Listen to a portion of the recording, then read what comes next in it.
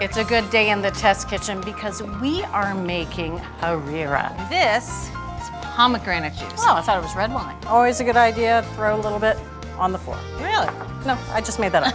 You like grilling and you like showing off, it's perfect for Check. you. Check. I'm plainly fond of fond. There we go. Now we're cooking. All right. 25 times, no more, no less. Doesn't that smell great? That garlic. Oh.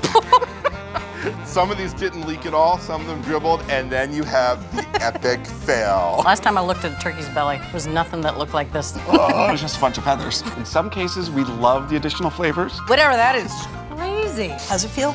Way too big. Joe is running on top of a mixture of cornstarch and water. That's impossibly flaky. So from our test kitchen to your kitchen. Roast chicken with warm bread salad. Chocolate semi-Fredo. I love this. It's still fully Fredo, not semi-Fredo.